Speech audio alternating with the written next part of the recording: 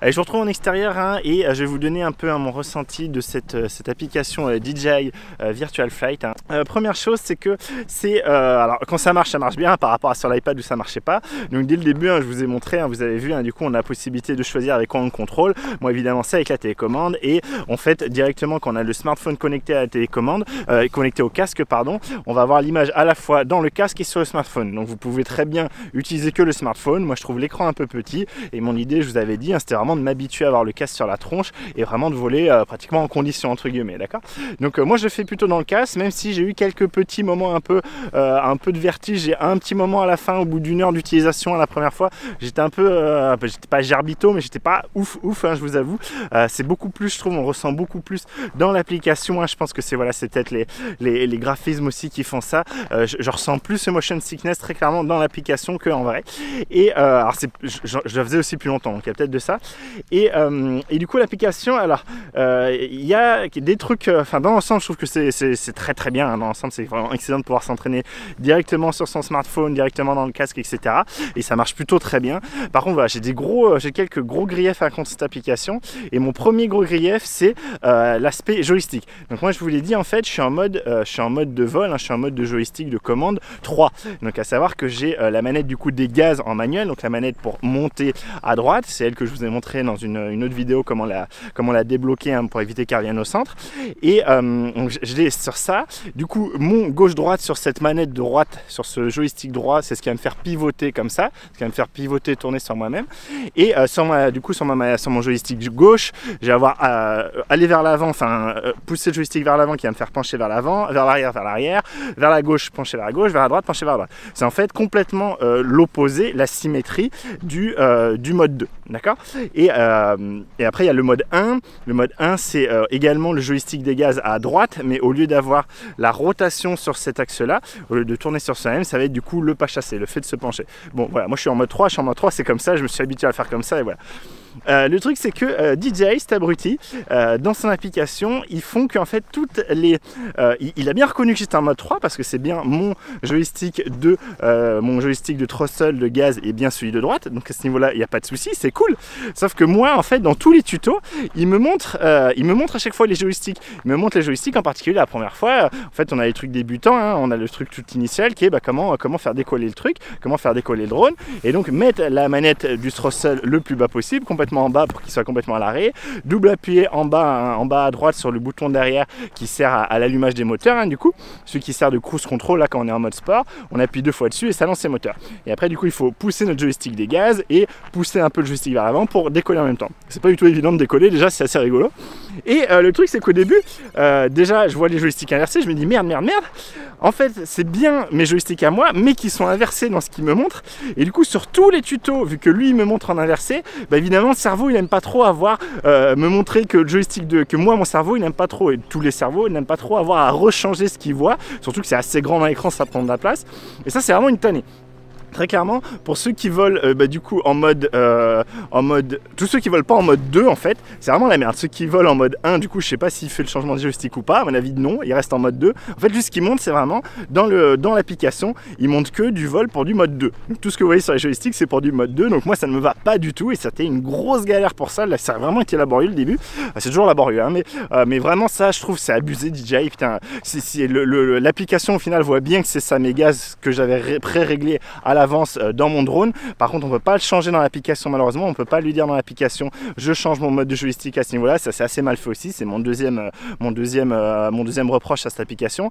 On peut pas le changer en cours de route, il faut vraiment que vous relanciez votre drone, fassiez tous vos changements habituels dans les options du drone et après une fois que vous avez fait ça, vous rééteignez votre drone, vous repassez dans l'application DJI Virtual Flight et là du coup vous serez dans le mode des gaz que vous voulez, d'accord. Et pareil si vous voulez changer tous vos rates, moi j'ai pas du tout encore fait mais je commence à, il y a des personnes qui m'ont donné du coup des rates pour avoir quelque chose de plus doux, de plus tranquille.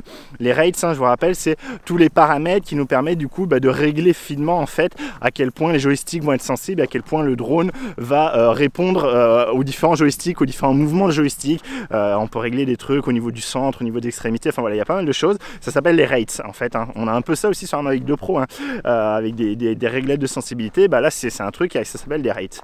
Et du coup donc ça pareil, si vous voulez changer ça, il faut, c'est pas dans l'application que vous pouvez pas directement les changer dans l'application et tester ça en cours de route dans le drone, dans l'application, dans la simulation. Vous êtes obligé de retourner dans le drone pour changer ça, donc c'est fastidieux, c'est vraiment pas bien vu.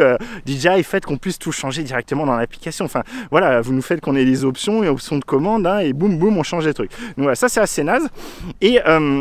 Et l'autre truc que j'aime pas, c'est que je trouve que alors déjà le tout début en fait, il nous propose entre débutant complet ou mec un peu expérimenté. Mais sauf que quand il nous dit ça, il le dit ou il le laisse très fortement entendre pour un mec en FPV. Donc moi j'ai dit débutant complet en FPV. Et là je me suis retané tous les tutos du truc basique, le mode normal, le mode sport, le fait de voilà, tous les trucs basiques, le décollage normal, enfin tous les trucs de base, mais vraiment de base qui du coup pour moi sont inintéressants à souhait, et je pouvais pas les sauter, j'étais obligé de les faire un par un, avec en plus je crois une vidéo tutoriel au début que je pouvais pas sauter non plus. Donc ça c'est comme dans les jeux vidéo, DJI fait qu'on puisse au moins sauter les cinématiques du début pour que si on l'a déjà fait 15 fois on soit pas obligé de se le retartiner. Voilà, donc ça c'est le premier truc. Bon, après qu'on a passé cet aspect du coup aspect N et S, hein, du coup normal et sport, et bien on se retrouve donc avec du coup les vrais tutos, hein, de manuel qui du coup moi là m'intéressait, et j'ai trouvé que il y avait des trucs pas trop bien fait, des espèces de maps un peu voilà, réalité, enfin je sais pas comment vous dire, un peu façon Assassin's Creed, vous savez, avec un truc assez lissé, assez blanc gris, voilà, un peu numérique, c'est voulu, hein, c'est voulu, avec un sol du coup un peu bizarre, parce qu'il y a des endroits dans le sol où en fait il y a des petites comme des petites barres, vous savez, comme des petites marchottes, ce qui fait que surtout quand on débute, quand on se mange, on se bouffe les marches, et c'est pareil, on galère après à redécoller, etc. Donc ça pareil, j'ai pas bien compris. On a également une limite en hauteur qui est souvent assez casse-pied, parce qu'au final elle nous gêne plus qu'autre chose, je trouve, au début en tout cas, parce qu'au début on a plutôt tendance à trop voler, et c'est toujours mon cas, je vais trop haut très clairement, et donc voilà, tout ça, ça m'a pas trop plu. L'autre truc que j'aime pas, c'est que je comprends pas trop quand est-ce qu'il choisit de nous remettre sur les rails, entre guillemets, de repartir, de nous remettre comme si vous êtes dans Mario Kart et que vous faites une sortie de route, hop, il va vous remettre sur la route. Des fois, vous faites une sortie de route, vous êtes complètement retourné et il en a rien à foutre. Alors heureusement, on a un raccourci pour ça. C'est en fait, vous savez, l'espèce de, pas le triple bouton là, on fait clac-clac pour le mode N, S et M, mais de l'autre côté, celui qui sert à faire les raccourcis, et lui, peu importe où on clique, du coup on reprend au dernier point de passage, entre guillemets, il nous remet à cet endroit là. Bon, des fois les points de passage sont complètement pétés aussi, quand on fait des parcours un peu plus compliqués après, on doit passer dans des trucs, on est pile où il faut pas, et du coup on galère à repartir parce qu'on sait pas trop ce qu'il veut, enfin parce qu'on galère au début et que c'est pas très clair. Et l'autre truc que j'aimais pas non plus, c'est que à chaque fois là, en tout cas dans les débuts de ces tutos là, en fait il nous fait faire, en plus c'est pas tout le temps, c'est pas systématique, c'est un peu bizarre, c'est genre il nous fait faire au début le truc, donc par exemple pour le virage je me rappelle très bien, il nous fait décoller, il nous dit ok décolle, il nous fait décoller, il nous fait avancer, et là il nous montre avec les joysticks ce qu'il faut faire pour tourner. Donc il faut tourner les deux joysticks en même temps pour tourner bien à plat. Il nous montre très bien, on le fait, et là du coup on croyait que c'était bon, on continuait en avant gagnant, et en fait pas du tout. On a commencé à faire le truc, il nous a bloqué étape par étape pour montrer les trucs, ok, sauf que du coup on a été interrompu et on reprend à zéro en fait. Au final il nous a juste fait chier pour faire 2 mètres pour un peu pas grand chose quoi. Et ça j'ai trouvé souvent ça embêtant. Je trouve qu'il nous bloque trop souvent, surtout au début. Je trouve que pour les tutos au final il ferait mieux nous laisser un peu plus nous dépatouiller, un peu plus avoir d'espace, etc. Et je me dis que peut-être au tout début, avant de faire tous ces tutos là, alors peut-être juste ce décollage, mais après une fois que vous avez à peu près le décollage, à mon avis le plus simple c'est peut-être d'aller directement en vol libre pour un peu avoir de l'espace autour de vous et pour pouvoir un peu faire mumuse, hein, directement, voir ok là comme ça j'avance, là comme ça je recule, là comme ça je monte, là je commence à descendre, parce que j'ai trouvé sur tous les tutos on est tout quiché, on n'a vraiment pas beaucoup de place, on a un parcours à suivre et ce parcours est tout rikiki, on peut pas sortir des limites beaucoup. C'est vraiment trop petit, et alors je comprends à l'intérêt, c'est pour nous faire voler dans des espaces confinés, mais à mon avis au début, pour comprendre la physique et la logique générale du drone, c'est pas le mieux. À mon avis le mieux c'est, dès que vous avez compris à peu près le décollage, hein, allez un peu faire du vol libre, hein. Vous pouvez retourner sur le menu avec la touche C1, sur C1 vous cliquez du coup avec votre joystick, vous mettez votre flèche sur accueil, et sur accueil vous allez dans vol libre, et là dans vol libre vous allez voir que déjà vous allez plus retrouver vos repères, vous allez pouvoir par exemple décoller au début en mode normal, et et après en cours de vol vous mettre en mode M. C'est pas mal parce que ça nous fait voir justement en vol des situations peut-être plus réelles, je vais dire. Du coup ça nous permet de voir en particulier par exemple l'arrêt d'urgence qui est bien implémenté dedans, donc on voit bien que l'arrêt d'urgence marche bien, etc. Et après ça nous montre après, une fois qu'on a appuyé une fois sur l'arrêt d'urgence, en fait il faut repasser avec le petit bouton à 3 voies de derrière entre E, donc on est en M, on peut repasser en S, et là il va repasser en S, il faut réappuyer sur M pour qu'il repasse en M. Et là à l'écran vous aurez un truc qui va apparaître, moi du coup inversé parce que ce connard ne met pas les joysticks dans le bon sens, où du coup il te montre, voilà, il faut que tu mettes ton joystick des gaz à peu près à, je crois, un quart, un tiers vers le bas, et ton joystick de positionnement au milieu. Et là quand les deux sont bien alignés, c'est ok, il te dit ok, ça va être en manuel en 3, 2, 1, et là pouf, le drone tombe, enfin le drone du coup est trop au ralenti, et c'est à vous de reprendre le drone avec la manette des gaz et de repartir. Mais ça du coup c'est bien de le voir parce que c'est typiquement un cas qu'on peut avoir en vrai, sachant que quand on appuie sur l'arrêt d'urgence, vraiment on repasse en mode N, complètement stabilisé, complètement en mode GPS normal, ça fait très bizarre, on a l'impression que c'est tout lent et que c'est tout à 2 tensions. Et donc j'en profite pour du coup vous donner mes sensations en vol.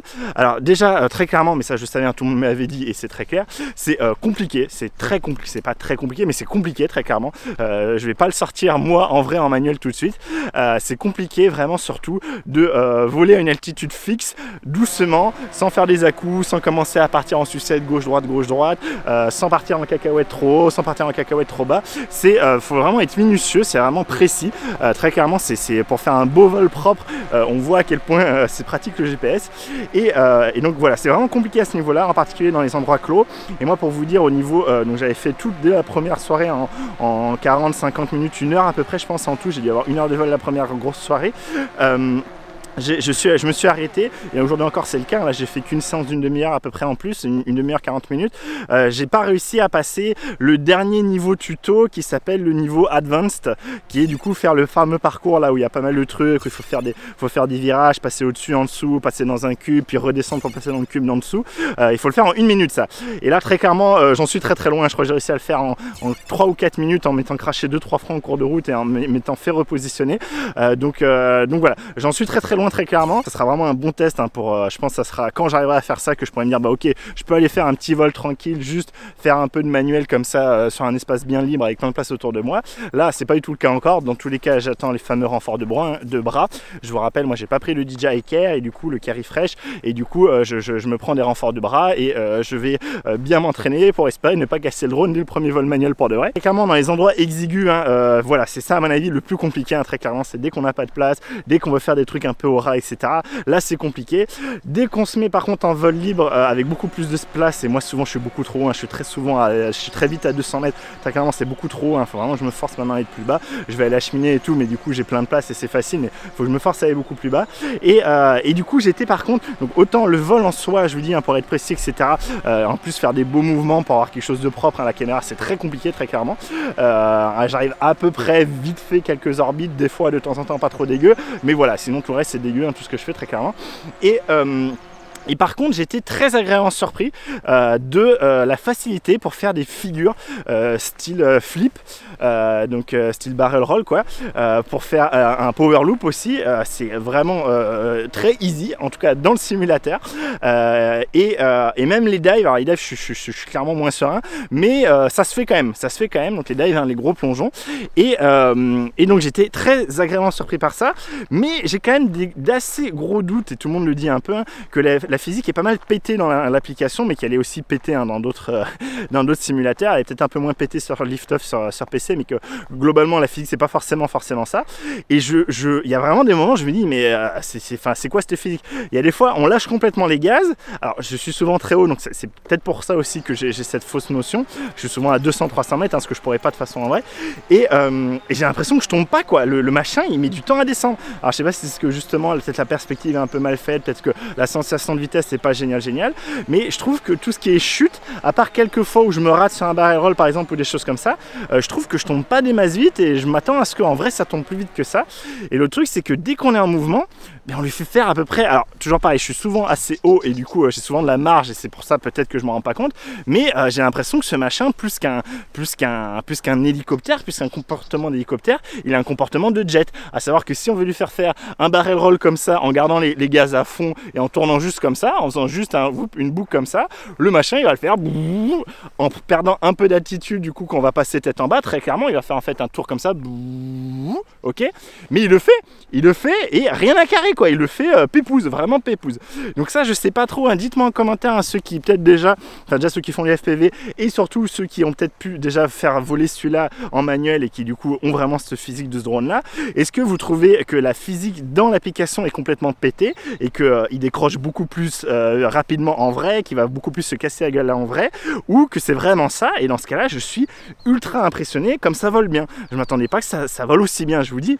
Un looping, moi je m'attendais à ce que ce soit une tannée pas possible, c'est mais easy peasy. Pour faire un power loop, c'est pas très power moi, mais pour faire un power loop en arrière, on baisse la manette pour lever à fond, donc à fond en bas, et en même temps on baisse la manette des gaz à fond en bas, pouf, on fait un backflip, mais ça prend 2 secondes, et juste après on reprend la manette des gaz pour récupérer de la portance, pour récupérer de la puissance. Mais c'est hyper simple et je m'attendais pas à ça. Je m'attendais pas à ce que ce soit aussi facile, aussi instantané. Je m'attendais vraiment à un beaucoup plus gros apprentissage pour ça. Et par contre, je vous dis, pour tout ce qui est volet prêt, volet propre, là par contre j'en suis à des années-lumière avant de faire quelque chose de propre. Donc j'espère, je vois quand même que je progresse un peu petit à petit. Je vous dis, là au max je dois être à 2 heures à peu près de simulation. Voilà, je vais essayer d'en faire un peu tous les soirs et je vous tiendrai au courant en fait de mon évolution petit à petit, et évidemment je vous montrerai ce que ça donne au niveau du vrai vol quand je le ferai, mais je pense que c'est pas avant au moins une dizaine d'heures de simulation, très clairement. J'espère que ça vous a intéressé, que ça vous a plu, que ça a pu vous donner des idées. Moi, si vous vous êtes habitué au FPV, au simulateur et plus particulièrement à ce DJI FPV, c'est vraiment ça qui m'intéresse, hein, c'est la physique de ce truc là. Dites-moi en commentaire si vous trouvez que l'application la retransmet bien ou si c'est complètement peanut et qu'évidemment que si je volais autant comme une patate dans la vraie vie, il décrocherait et il tomberait beaucoup plus facilement que ça. Donc voilà, ça m'intéresse et voilà, j'espère que ça vous a intéressé aussi. Si vous avez des questions, des remarques, posez-les moi en commentaire, mais je suis encore assez noob donc je sais pas si je pourrais beaucoup vous répondre, mais allez-y, hein. La prochaine vidéo ça sera après peut-être 6, 7, 8 heures de pilotage, essayer de vous montrer l'évolution que j'ai eue, hein. Normalement j'essaie d'enregistrer toutes mes sessions, mais l'iPhone a pas trop l'air de vouloir, hein. Sur ma session d'hier soir, j'ai lancé l'enregistrement, il a rien enregistré au final, je comprends rien à ce truc là. J'en reste là. Si cette vidéo vous a plu, n'hésitez pas à la liker, la partager. Moi je vous remercie encore de l'avoir regardé et surtout n'hésitez pas à vous abonner pour voir la suite de mes super progrès en vol manuel, et moi d'ici là je vous souhaite de faire des belles photos, des belles vidéos et surtout bon vol. Allez, salut.